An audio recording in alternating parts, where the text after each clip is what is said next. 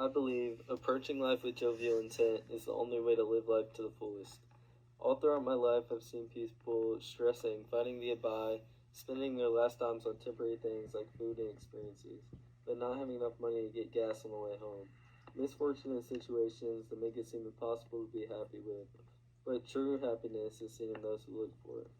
I believe looking past hard times and making your own joy is the best way to live life. I grew up very close with all my siblings. After all, we shared the same hard times, upbringings, and we were forced to be together every day to where it was impossible to avoid each other. They're the best family I've ever known, and I'm truly grateful to have them in my life. However, being the youngest in the family, you watch one by one as their older siblings leave, off to college, starting a new life on their own. You can't help but wish you spent more time with them while they were here. A while ago, I was sitting with my older siblings in a lonely airport, shivering 3 days before Christmas, thinking about all the better things I could do with my time, knowing we still had a long 4 hours before the flight would arrive. And while I sat there in misery, the clock seemed as if it was at a standstill, and I was going to be stuck at that airport forever. While complaining about this unfortunate situation that, although was so out of my control, seemed to be the biggest agitation of my entire life, my sister pulled out her phone from her pocket and asked a question: "Does anybody want to play a game?"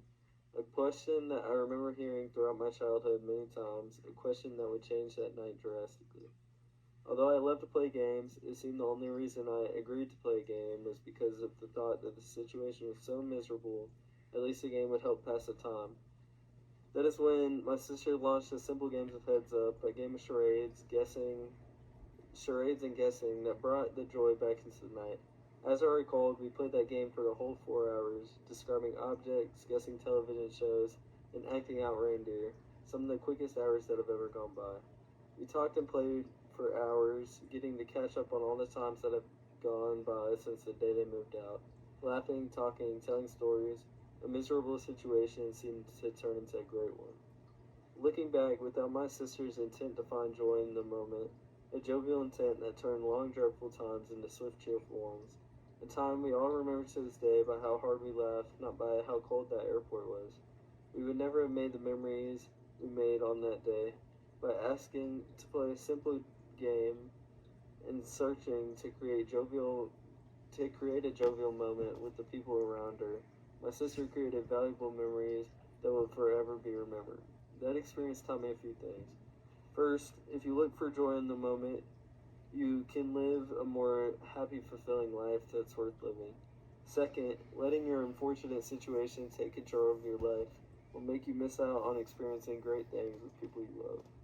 So I encourage people to go out and look for joy in their own life as well, despite how rough your situation may seem. And I will try my hardest to do so in my own life in hopes that we can all add a little more joy into our lives.